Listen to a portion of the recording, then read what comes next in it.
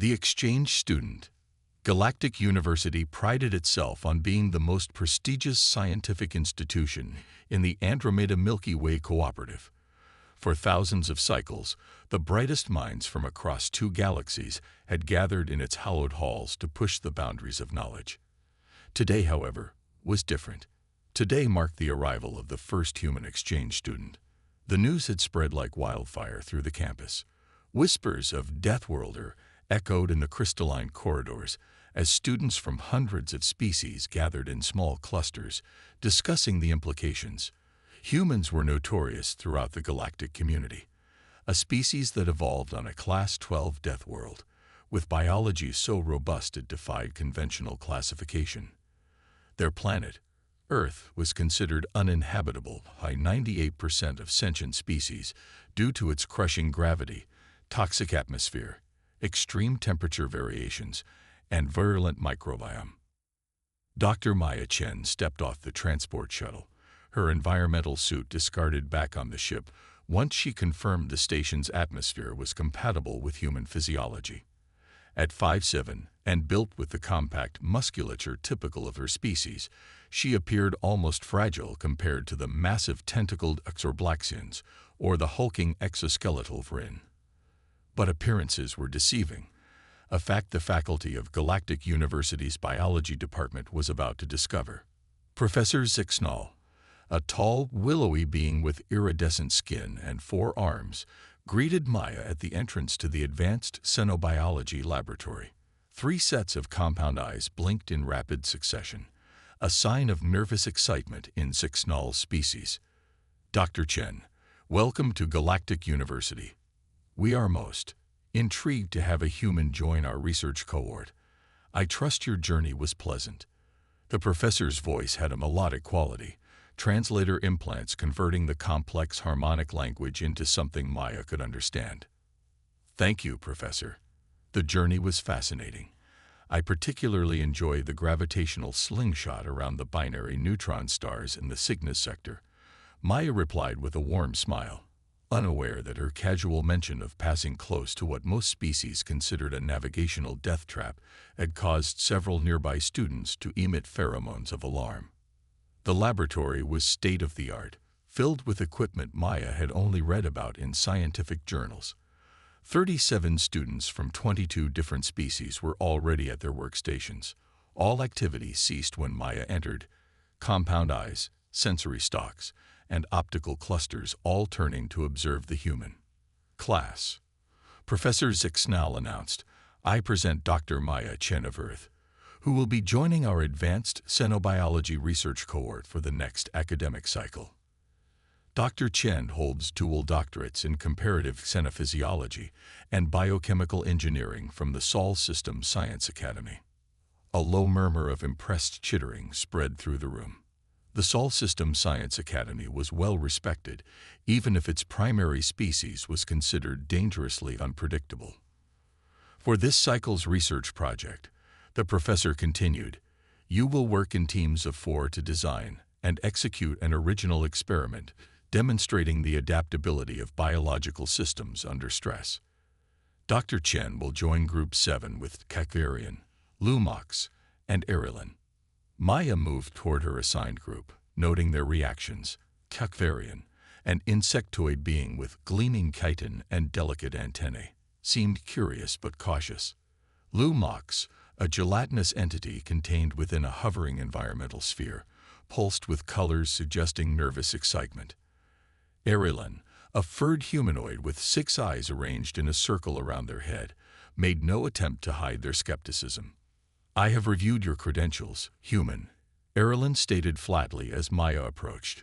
Your species' tendency toward aggressive problem-solving and biological over-engineering is well documented. I hope you understand that at Galactic University, we value methodical, cautious approaches to science. Maya smiled, having encountered this attitude before. I understand completely. On Earth, we have a saying, measure twice, cut once. I assure you, I value precision and safety as much as any researcher. The group spent the next few hours discussing potential project ideas. Tech Varian suggested studying the adaptation of photosynthetic organisms to different light spectrums. Lou Mox proposed an investigation into osmotic regulation in silicon-based life forms. Erilyn wanted to examine neural pathway formation in collective consciousness species. When it came time for Maya to offer her suggestion, she pulled up a holographic display of her project proposal. I'd like to explore the limitations of biological systems to process and neutralize toxins through controlled exposure and adaptation. The reaction was immediate and dramatic. Tech Varian's antennae went rigid with shock. Lou Mox's gelatinous form turned a deep purple, the equivalent of a horrified gasp. Erilyn's fur stood on end, all 6 eyes widening simultaneously. You propose to intentionally expose living organisms to toxic substances? Erilyn asked, voice pitched higher than before. Well, yes, Maya replied, confused by their reaction. Starting with safe levels and gradually increasing exposure to document adaptation mechanisms. It's a standard procedure in my field. Standard on a death world, perhaps, Tech Varian chittered, antennae twitching nervously. Most species consider toxin exposure permanently harmful. Maya realized her mistake. On Earth, organisms constantly dealt with potentially toxic compounds. Oxygen itself was a corrosive gas that human bodies had complex systems to utilize and neutralize. What seemed routine to her was horrifying to species from more stable, benign environments. I see the confusion, Maya said carefully. What my species considers adaptation, yours might view as unnecessary risk. Perhaps I should explain the safeguards and ethical considerations we would implement. As Maya detailed her experimental design, the alien students gradually moved from horror to fascination. Her proposal included multiple safety protocols, careful ethical considerations, and a brilliant methodology that would minimize any suffering while maximizing data collection. The goal isn't to harm, Maya explained, but to understand how biological systems can become stronger through controlled exposure to challenges. My own species evolved on a planet where adaptability meant survival. Professor Zixnall, who had been circulating among the groups, paused to listen to Maya's explanation. All 4 arms crossed in a gesture of interest. Fascinating approach, Dr. Chen. Controversial, certainly, but with potential for significant insights. Group 7, I believe you have found your project. I look forward to seeing the results. Over the next several weeks, Maya worked closely with her alien teammates to refine the experiment. They would use genetically modified single-celled organisms, created specifically for research purposes, with enhanced regenerative capabilities. The toxins would be carefully calibrated, and every stage monitored with quantum-level precision. What surprised her teammates most was Maya's insistence on rigorous safety protocols, not just for the experimental subjects, but for everyone in the laboratory. But why do we need emergency breathing apparatus? Lou Mox inquired, colors shifting in patterns of confusion. The quantities of toxins are microscopic. On Earth, we prepare for unlikely scenarios, Maya explained while programming containment field parameters. It's better to have safety equipment and not need it than to need it and not have it. Erilyn, who had been the most skeptical initially, found themselves reluctantly impressed by the humans' methodical approach. You are not what I expected, human, they admitted one evening as they calibrated measurement instruments together. The stories say your kind takes unnecessary risks. Maya laughed. We do, sometimes, but the best human scientists understand that controlled conditions and proper safety measures are what separate science from recklessness. Besides, I'm representing Earth here. I want to show that humans can be both innovative and responsible. As the day of the experiment approached, word had spread throughout the department about the Deathworlder's toxin adaptation project. What had begun as a group assignment had evolved into an event, with students from other disciplines requesting permission to observe. Professor Zixnall, recognizing the educational opportunity, had arranged for the main laboratory amphitheater to accommodate the audience. The night before the demonstration, Maya checked and rechecked every aspect of the experiment. Her human physiology required less rest than many species, allowing her to verify each safety protocol while her teammates recovered from the intensive preparation. What none of them realized was that Maya had made one significant modification to the experimental design, one that would showcase human adaptability in a way none of them anticipated. The revelation. The laboratory amphitheater buzzed with excited conversation as students from across Galactic University filed in. The tiered seating, designed to accommodate beings of widely varying physiologies, was nearly filled to capacity. News of the human exchange students' controversial experiment had spread beyond the biology department, attracting curious observers from astrophysics, cultural studies, and even the normally reclusive theoretical mathematics collective. Behind the transparent safety barrier, Maya and her team made final preparations. Tekvarian methodically arranged the sample containers in precise formation, chitinous appendages moving with surgical precision. Lumox hovered near the monitoring station, their gelatinous form rippling with nervous anticipation as they calibrated the quantum sensors. Erilyn, who had become surprisingly protective of the project, ran final diagnostics on the containment field generators.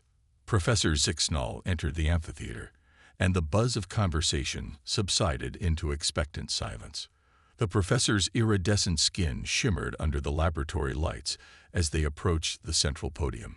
"Today," Zixnall announced, voice carrying through the amphitheater without technological amplification, "we witness an experimental approach that challenges our conventional understanding of biological adaptation.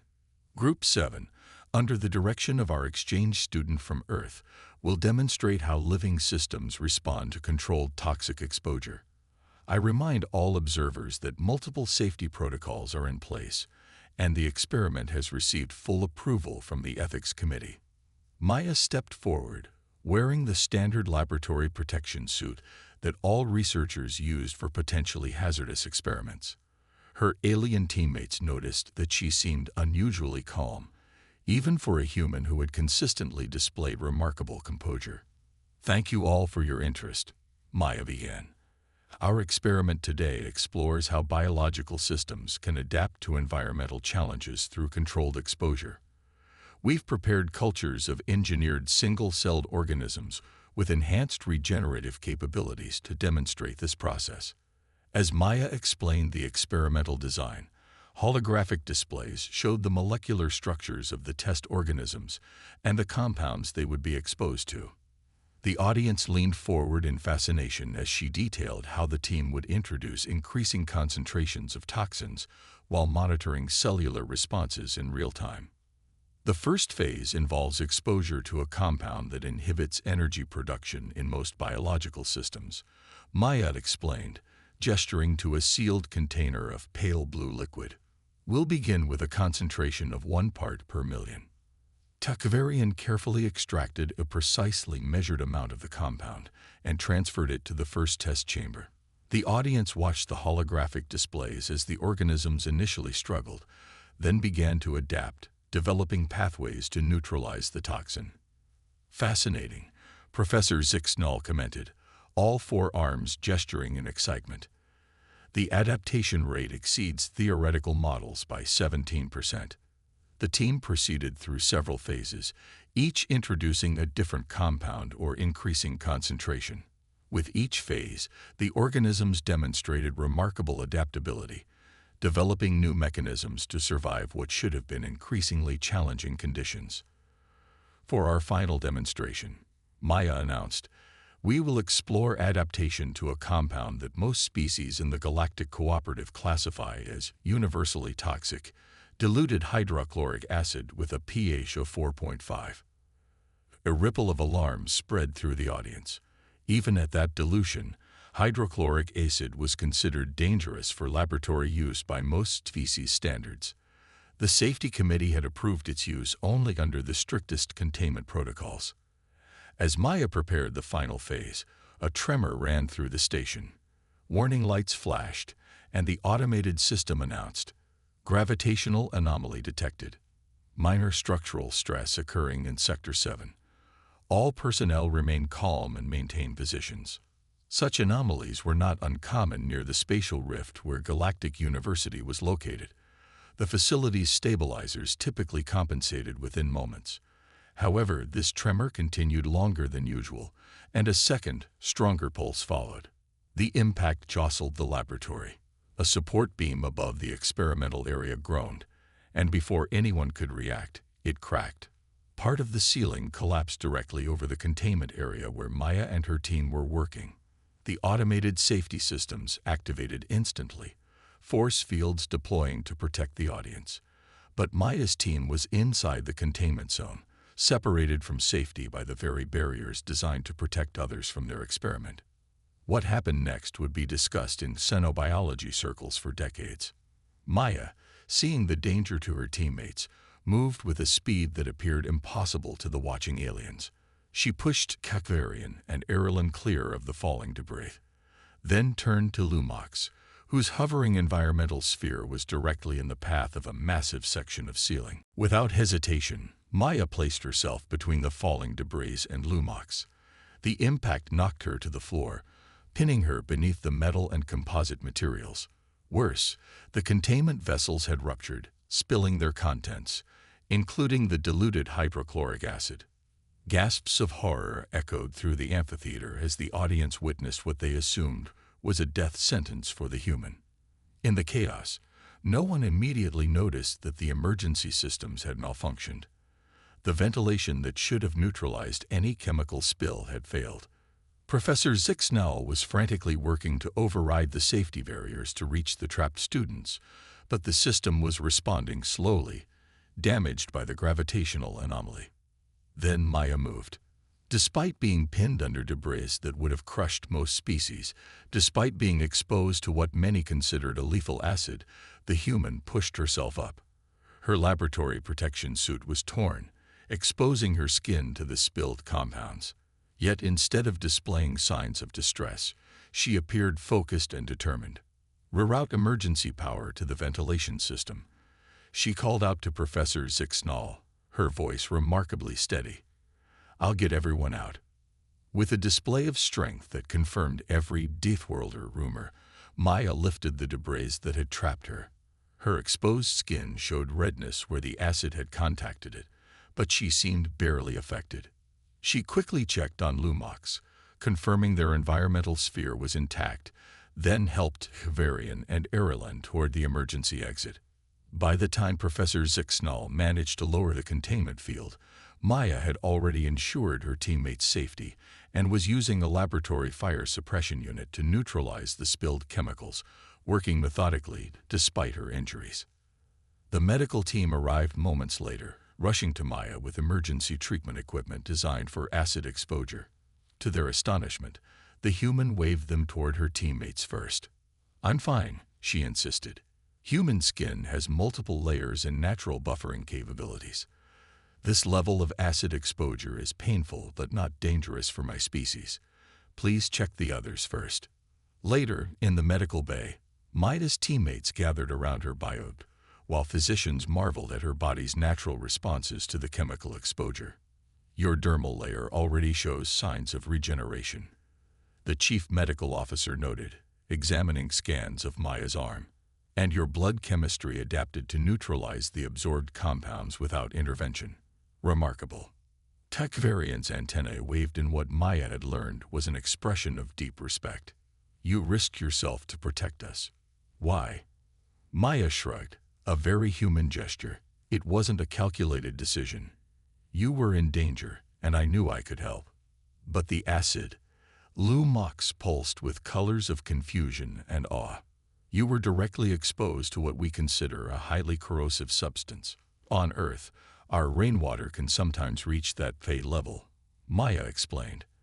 "And our stomachs naturally contain hydrochloric acid at much higher concentrations, around pH 2. What's dangerous to many species is something humans literally carry inside us every day."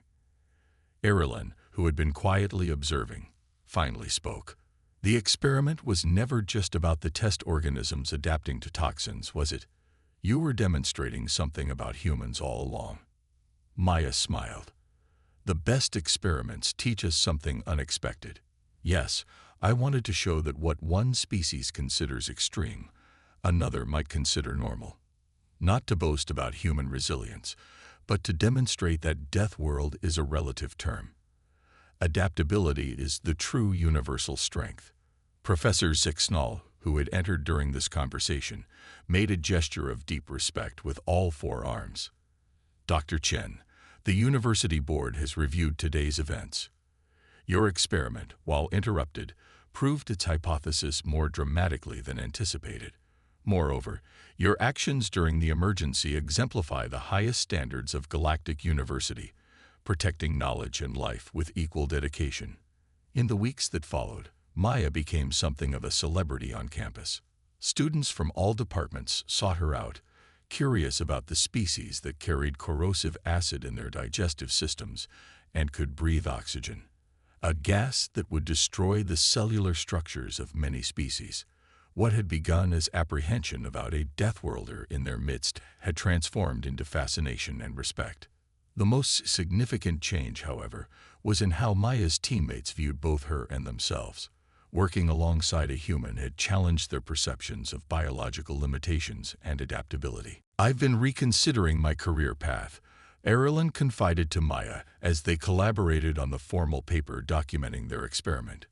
"Your approach to biology, seeing challenges as opportunities for growth rather than obstacles to avoid, has opened new possibilities in my thinking." Maya smiled. "That's the greatest discovery any scientist can make. Not just new knowledge, but new ways of thinking." As news of the experiment and its unexpected demonstration spread beyond Galactic University, scientists and diplomats throughout the Andromeda Milky Way Cooperative began reconsidering the classification of Earth and humans. Perhaps Deathworld and Deathworlder were not warnings of danger, but recognitions of remarkable adaptation. Perhaps what made humans different was not something to fear, but something to study and, in some ways, to emulate. For Maya Chen, it was simply another day of being human, adaptable, resilient, and always ready to learn something new, even about herself.